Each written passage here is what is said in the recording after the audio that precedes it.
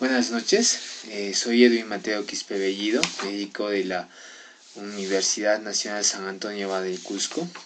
Hoy tocaremos un tema importante sobre los avances en la investigación de la patogénesis de la leucemia. 14 de mayo del 2015. Como sabemos, el cáncer infantil en la actualidad ocupa el 4% de las enfermedades pediátricas. Se considera que es la tercera causa de muerte. El cáncer infantil en la actualidad se considera una enfermedad emergente del presente y del futuro, por lo cual debemos como médicos darle la importancia debida. La leucemia más frecuente es el cáncer más frecuente, la leucemia, que representa alrededor del 30% de todos los cánceres infantiles.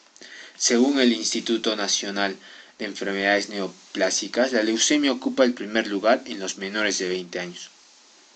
Con los tratamientos actuales, la mortalidad ha disminuido enormemente. Sin embargo, los mecanismos moleculares sobre la patogénesis de la leucemia aún no se conocen con exactitud. Muchos factores medioambientales han estado asociados a la leucemia, incluso algunas infecciones. Actualmente, diversos trabajos de investigación están descubriendo alteraciones cromosómicas que se asocian al desarrollo de la leucemia. Esta revisión pretende actualizar los conceptos de la patogénesis de la leucemia. Veremos, como ya le hemos mencionado, que la leucemia es el cáncer que ocupa el primer lugar en todos los grupos etarios que se ven en la pantalla. La patogénesis, para entenderla mejor, veremos algunos aspectos generales, algunos factores asociados, la epigenética, el rol de la infección, desórdenes genéticos, entre ellas alteraciones cromosómicas, y finalmente concluiremos con unos breves párrafos. Iniciaremos con los aspectos generales. La gran mayoría de las neoplasias hematológicas humanas son causadas por la expansión clonal de cada célula que ha adquirido la mutación somática sobre un gen normal, quien gobierna la maduración y la división. Este gen mutado, ahora llamado oncogen, gobierna toda la proliferación celular, liderando el desarrollo del cáncer. La leucemia resulta de una expansión de células hematopoyéticas malignas y la proliferación es usualmente monoclonal. Tanto factores genéticos como epigenéticos contribuyen en el desarrollo de la leucemia. Sin embargo, muchos factores causales no se conocen. Se ha visto una asociación entre el síndrome de Down y la neurofibromatosis tipo 1 y el Bloom síndrome, por lo que nos hace pensar que una gran parte de la genética está jugando un papel importante en la patogénesis de esta enfermedad. La leucemia se puede inicialmente, como síntomas, se puede manifestar como linfadenopatías, anemia, epistaxis continuas, dolor óseo, y a la analítica, leucopenia, trombocitopenia, anemia. Daremos un pequeño tip sobre linfadenopatía. Se sabe que la linfadenopatía se considera positiva cuando en el cuello cuando es mayor a 20 milímetros, en la zona inguinal cuando es mayor a 15 y en la zona epitroclear cuando es mayor a 5 milímetros. Sin embargo, no vamos a ahondar mucho en síntomas y signos, ya que el tema que se está tratando es patogénesis de la leucemia. Algunos factores ambientales conocidos como la exposición a la radiación ionizante, como se llegó a observar en los sobrevivientes de la exposición de bombas atómicas, están asociados a la leucemia, lo mismo que agentes químicos como el benceno, la exposición al humo del tabaco, solventes orgánicos, pesticidas, e incluso se ha visto una asociación con las infecciones virales. Asimismo, la misma exposición de los padres contribuye a un mayor riesgo. Todos estos factores alteran la epigenética. Se conoce como epigenética a todo aquello que rodea la genética. Los mecanismos epigenéticos son modificaciones externas del ADN que causan cambios en la función de los genes con el consecuente desarrollo de enfermedades, entre estos la leucemia. Los mecanismos epigenéticos regulan la expresión de genes y son tres los mecanismos epigenéticos: la metilación del ADN, la modificación de histonas y el non-coding ARN. Veremos cada uno de estos. La metilación de ADN se denomina a la agregación de un grupo metilo al nucleótido citosina, como se ve en el gráfico. El momento más crítico de la metilación es el primer trimestre del embarazo. La metilación es heredada a las células hijas durante la fecundación. Durante toda la vida, la metilación se mantiene normalmente. Sin embargo, es un proceso reversible. De hecho, en las células cancerígenas ha ocurrido alteraciones en la metilación del ADN. Cuando los cromosomas de los padres se unen para formar al nuevo ser, uno de los genes sufre un proceso denominado imprinting, que es la inactivación de uno de los genes para que el otro gen se exprese. Sin embargo, este proceso hace que tanto la metilación del ADN como los demás mecanismos epigenéticos hagan que estos genes estén propensos a sufrir cambios. Desórdenes en el imprinting llega a desencadenar funciones inapropiadas causando enfermedades. Existe evidencia que hay cambios epigenéticos en las células cancerígenas. De hecho, en la leucemia mielocítica aguda infantil se han encontrado mutaciones en la metilación del ADN. Y se piensa que estas mutaciones están asociadas a factores como la edad avanzada de la madre, la macrosomía, el uso de alcohol durante el embarazo. Estos factores producen cambios epigenéticos desarrollando leucemia mielocítica aguda. El segundo mecanismo epigenético son las modificaciones de histonas. Recordemos que el ADN genómico es un paquete de cromatina y este es ADN más histonas. Los nucleosomas son bloques básicos para construir la cromatina futura, que consiste en aproximadamente 146 pares de bases de ADN envuelto alrededor de las proteínas de histonas. El N-terminal de estas histonas está sujeto a modificaciones post-translacionales, como son la acetilación, la fosforilación, la metilación y la ubiquitinización. Estas modificaciones resultan en la expresión de diferentes genes. La modificación de las histonas constituye un código epigenético que determina la interacción entre los nucleosomas y las proteínas asociadas a la cromatina.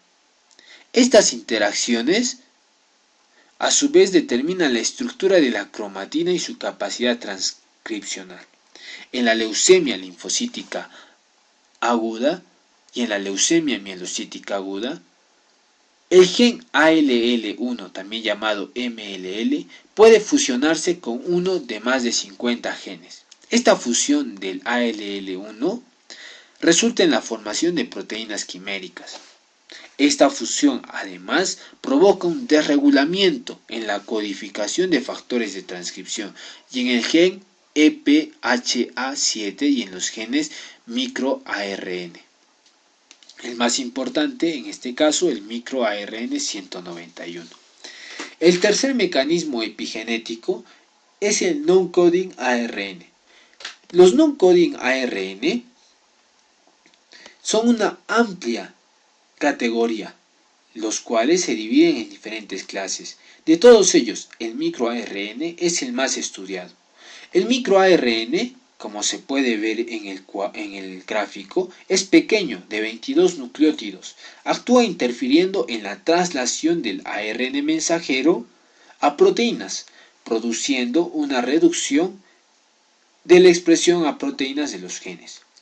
En la leucemia linfocítica crónica, los microARNs 15A16-1 no están presentes o están disminuidos, lo que sugiere que estos constituyen una parte fundamental en la patogénesis de esta enfermedad. Esta disminución de estos microARNs causa una sobreexpresión del BCL2, que se encarga de inhibir la apoptosis y aumentar la supervivencia de las células. Otro microARN asociado o involucrado es el gen del microARN 155, que en el caso de la leucemia linfocítica crónica y leucemia linfocítica aguda está sobreexpresado, lo que indica que una desregulación de los microARNs, cualquiera de estos, puede causar transformaciones malignas y acabar en leucemia.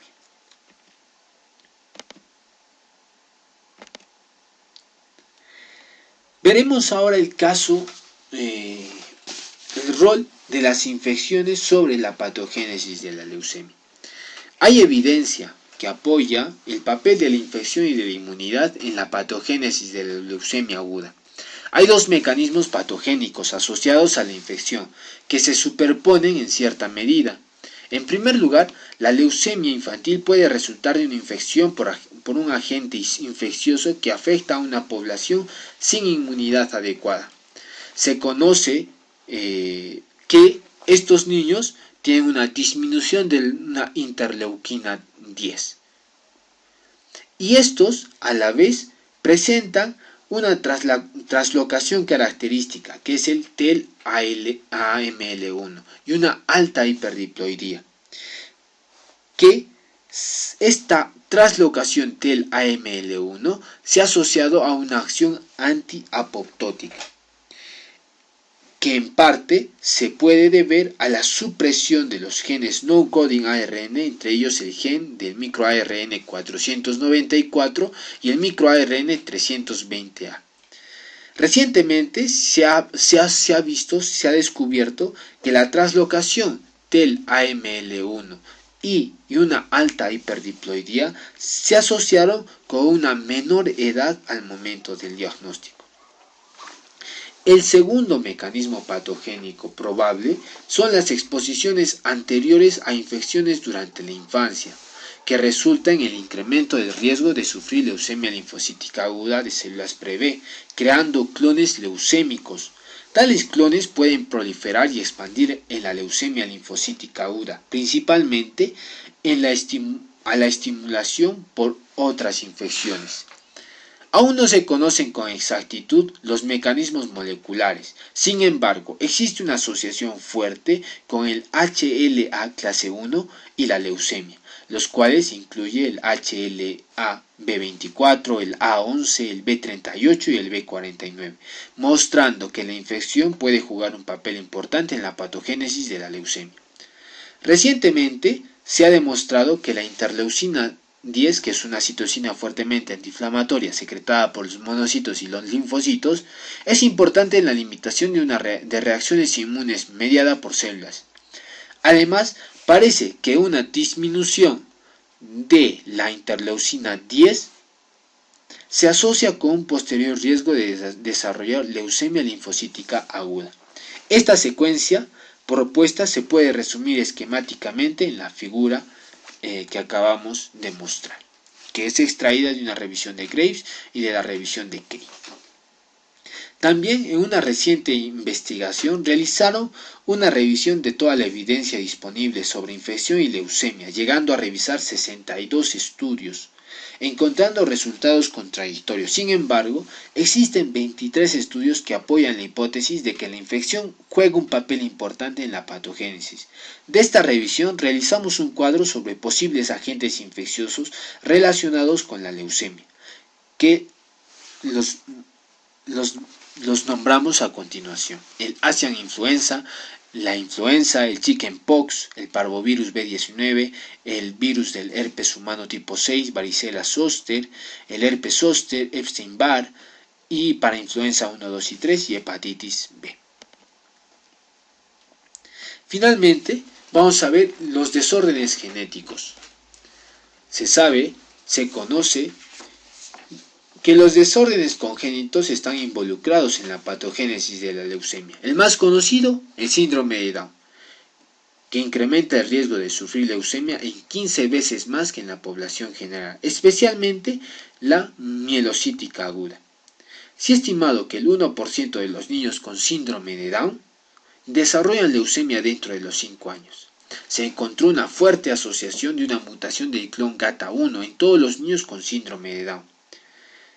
Incluso se sugiere que la mutación GATA1 se use para screening inicial en los niños con síndrome de Down, ya que esta está fuertemente asociada en todos los casos de leucemia mieloide aguda.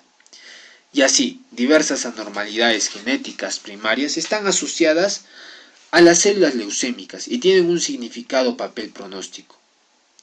En la leucemia linfocítica aguda de las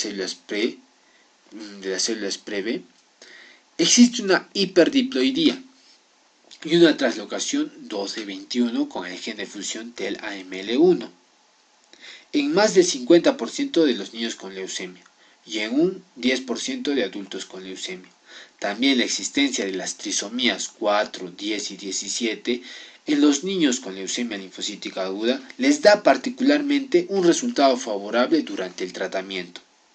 La hipodiploidía es menos frecuente, en algunos reportes llega a un 2%, y los que están cerca de la haploidía son mucho más raros.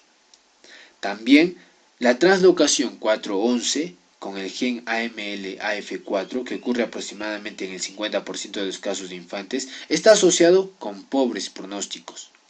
Una translocación T922 con el gen BCR-ABL, que también está asociado a un peor pronóstico. También en la leucemia linfocítica aguda de células T hay una translocación 1119 con un gen MLL-ENL, que junto a la sobreexpresión del gen OX11 confieren un buen pronóstico.